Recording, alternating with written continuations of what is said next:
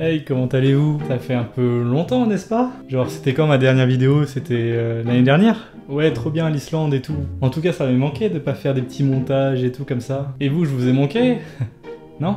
Bienvenue dans cette nouvelle vidéo qui parlera d'Amazon. Connaissez-vous Amazon? Bien sûr que vous connaissez Amazon. C'est la première entreprise qui nous vient à l'esprit quand on pense capitalisme. Eh bien, je vais vous raconter une anecdote comment j'ai perdu 650 € à cause d'Amazon. L'histoire commence en novembre 2019. Novembre, vous savez ce qu'il se passe, il y a le Black Friday et cette année-là, j'avais envie de me faire un peu plaisir. Non pas que je voulais faire une nouvelle vidéo, mais je voulais plutôt m'acheter quelque chose de nouveau, quelque chose de technologique avec mon salaire que je venais de percevoir. Donc je me suis dit, ouais, pourquoi pas acheter le nouvel iPhone 11. Surtout que pile à ce moment-là, il y avait une grosse promotion sur l'iPhone 11 sur Amazon Italie. Et oui, la première erreur, c'est que j'ai commandé sur Amazon Italie. Donc le site ne possède pas du tout de traduction en anglais ou en français. Donc moi je me dis de manière crédule, ouais, c'est Amazon, ils sont fiables, ils ont le meilleur service client au monde. Dès qu'il y a un problème, on leur renvoie, ils remboursent. Il n'y a pas de souci, j'ai jamais eu de souci avec Amazon. Très bien, je passe ma commande, je mets ma carte bleue, j'attends impatiemment ma commande et début décembre, je la reçois. Hop, je sors mon petit couteau suisse, je déballe et là, qu'est-ce que je vois à l'intérieur? J'ai toujours le carton et à l'intérieur, je vois ça. Je pense que vous voyez pas bien, mais je vois ça.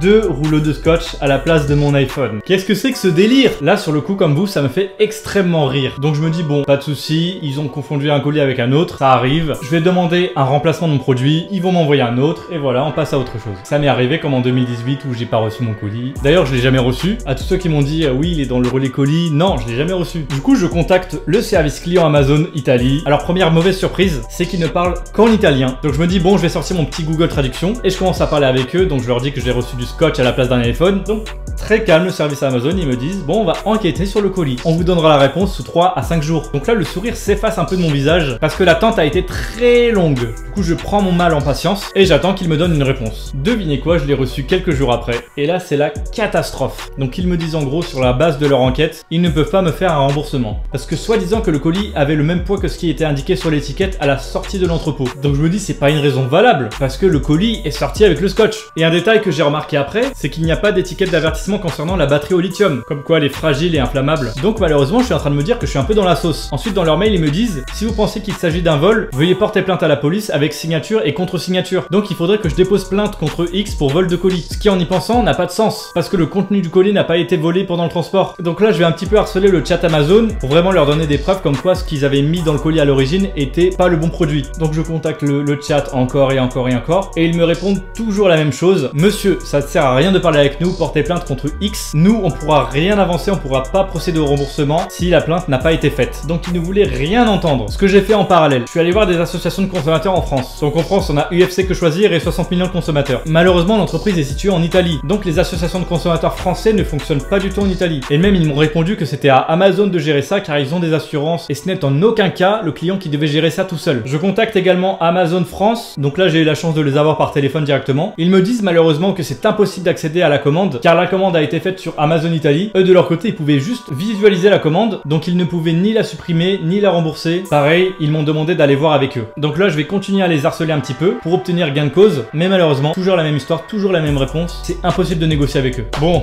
désespéré sur ce coup-là, un employé du service client d'Amazon Italie m'a convaincu d'aller porter plainte finalement. Donc j'ai directement déposé plainte en ligne et je suis allé récupérer ma plainte auprès de mon commissariat local. Donc là le policier qui me reçoit tamponne la plainte, il signe, moi aussi je signe et finalement le soir même je la scanne et je l'envoie à Amazon Italie. Donc je me dis le lendemain je vais avoir des nouvelles d'Amazon Italie, tout va bien se passer. Donc là je me dis j'ai porté plainte, ils vont faire leur enquête de leur côté, ils vont faire jouer les assurances. Moi de mon côté je vais être remboursé et je vais plus entendre parler de cette histoire. Que nenni. Le lendemain je reçois une réponse avec juste comme justification: bonjour, la plainte que vous avez envoyée n'est pas valide, merci d'en renvoyer une qui est valide. Et c'est tout, pas de justification, pas de raison, pas d'explication, on me laisse juste avec un mail. Donc là je vais encore voir le service client Amazon. Je suis parti les voir et je vais leur dire qu'est-ce qui s'est passé avec ma plainte, pourquoi elle a été refusée, est-ce que je vais être remboursé. Et là on tombe dans la boucle infernale qui a duré des mois et des mois. Ils vont aller consulter le dossier de ma commande et absolument tous les opérateurs Amazon m'ont répondu la même chose, tous. Désolé, votre plainte n'est pas valide. Point. Mais je leur dis, mais comment? Mais quelles sont les raisons? Pourquoi est-ce que vous refusez les plaintes françaises? Est-ce que je dois faire une plainte en italien? Est-ce que je dois aller à la police italienne? Ils m'ont répondu, non, vous pouvez le faire à la police française. Mais votre plainte n'est pas valide. Et là, je suis perdu. Donc des discussions comme ça avec des opérateurs d'Amazon, j'en ai des dizaines et des dizaines, mais aucun employé m'a répondu autrement que par votre plainte n'est pas valide. Là, je suis complètement perdu. Après quelques semaines, je vais retourner voir le commissariat. Je leur explique la situation, comme quoi ils ont refusé ma plainte, et ils me répondent évidemment qu'une plainte n'est pas modifiable, sauf si on apporte des nouveaux éléments à l'enquête. Or là, il n'y en avait pas. Donc il m'a dit que la plainte est faite,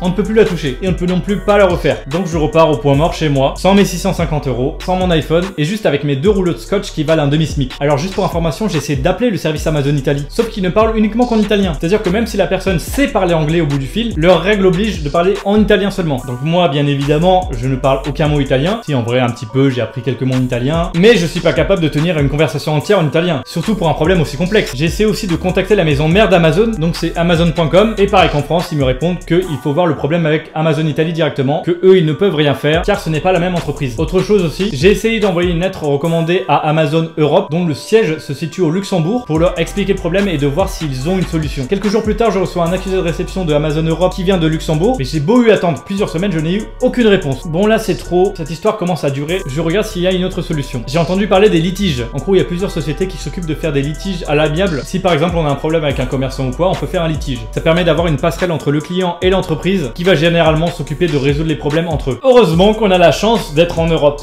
Car en Europe, il y a directement une plateforme en ligne qui permet de faire des litiges à l'amiable avec une entreprise. Donc en gros, c'est la Commission européenne qui fait la passerelle entre le client et l'entreprise. Du coup, j'ai créé un compte, j'ai créé une plainte, donc j'ai donné toutes les informations, tous les éléments, toutes les photos, la plainte, tout ça. Et du coup, j'ai créé un nouveau dossier sur la fameuse plateforme en ligne. Donc Amazon a maintenant 30 jours pour répondre. Et vous allez me dire, mais il se passe quoi après ces 30 jours? Bah figurez-vous que j'ai attendu 30 jours. Et ils ne m'ont pas répondu avant les 30 jours. Et du coup, j'ai la réponse. Après 30 jours, il ne se passe rien.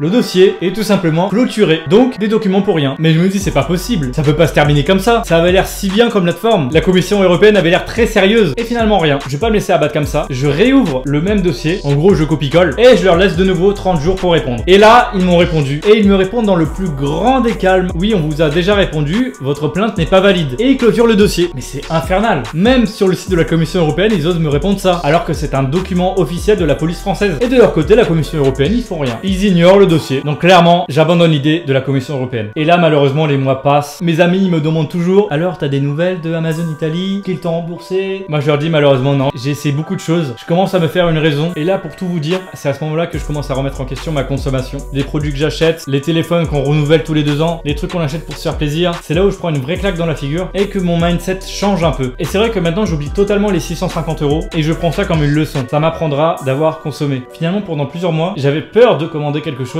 de peur de ne pas le recevoir. Donc petit à petit, au fil des semaines, des mois qui passent, j'oublie un petit peu cette histoire. Ma vision des choses évolue dans le bon sens et de temps en temps, je repense à cette histoire avec un petit pincement au cœur et je me dis bon, c'est pas ça qui va m'empêcher de vivre. De temps en temps, je relance un petit peu l'affaire avec le chat Amazon, malheureusement sans grande avancée. Une fois, un employé d'Amazon m'a donné la raison pour laquelle ma plainte était refusée. C'était tout simplement que le tampon de la police n'était pas très lisible. Et c'est vrai que je dois reconnaître que le tampon était un peu rouillé. On ne voyait pas bien, c'était un peu effacé. Donc je retourne au commissariat pour leur demander de bien signer la plainte. Donc ils me refont le tampon bien comme il faut. Et là, je renvoie un scan de la plainte à Amazon. Et toujours la même erreur, toujours le même problème, votre plainte n'est pas valide, merci d'en renvoyer une nouvelle. Donc je me dis que là, ils se moquent de moi. Et là, je commence à vraiment abandonner l'affaire. Et là, un ami me donne une idée. Pourquoi ne pas en parler sur un subreddit? Peut-être que les gens sur le subreddit vont me donner des idées. Donc j'écris un subreddit pour leur raconter mon histoire. Et les réponses ne se font pas attendre. Je reçois tout un tas d'idées. Contacter mon assurance, essayer d'envoyer un mail à Jeff Bezos, essayer de porter plainte à la Commission européenne. Et je prends un petit peu les idées qui viennent. Déjà, je commence par celle de l'assurance. C'est vrai que sur ma carte, il y a une assurance pour les achats. Donc du coup, j'appelle l'assurance, je leur explique que j'ai reçu le mauvais article. Donc la dame au bout du fil, elle me dit oui, c'est uniquement si par exemple vous avez commandé votre chemise en bleu et que vous l'avez reçue en rouge. Donc c'est pas exactement comme votre cas là où vous avez reçu du scotch au lieu de recevoir un iPhone. C'est uniquement si l'article n'est pas conforme au niveau de la taille, la couleur. Mais je lui réponds quand même que ça vaut le coup de se renseigner. C'est quand même une sacrée somme d'argent. Donc elle part se renseigner et elle me rappelle quelques minutes plus tard. Oui, effectivement, vous êtes éligible à un remboursement car le produit n'est pas conforme, vous n'avez pas reçu ce que vous attendiez dans la boîte. Donc bonne nouvelle, on va vous rembourser. Et là je me dis yes, enfin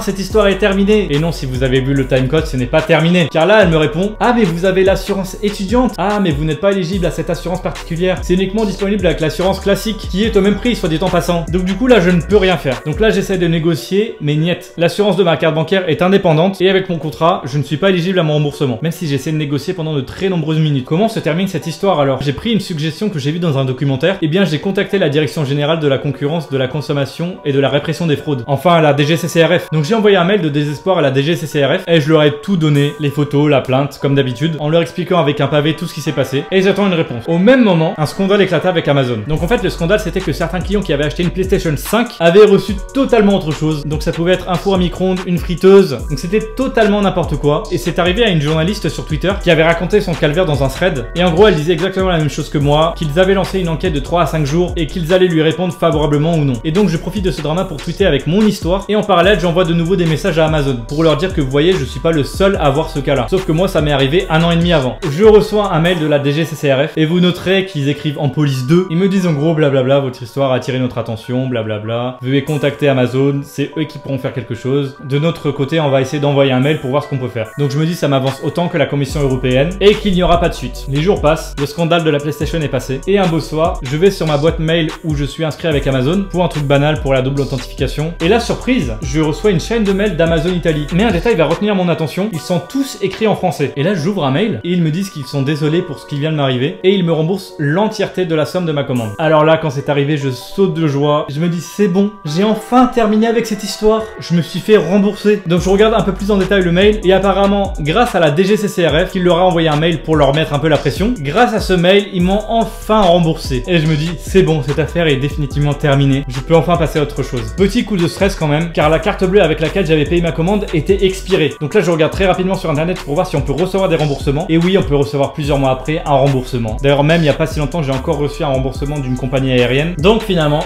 l'histoire s'arrête là. J'espère que cette vidéo vous aura plu. En tout cas, si vous avez aimé la vidéo, merci de laisser un pouce bleu et de vous abonner et de mettre la cloche. Quant à moi, je vous dis à dans 18 ans, à dans 5 ans, je ne sais pas quand. Et c'était Marwan, tout simplement.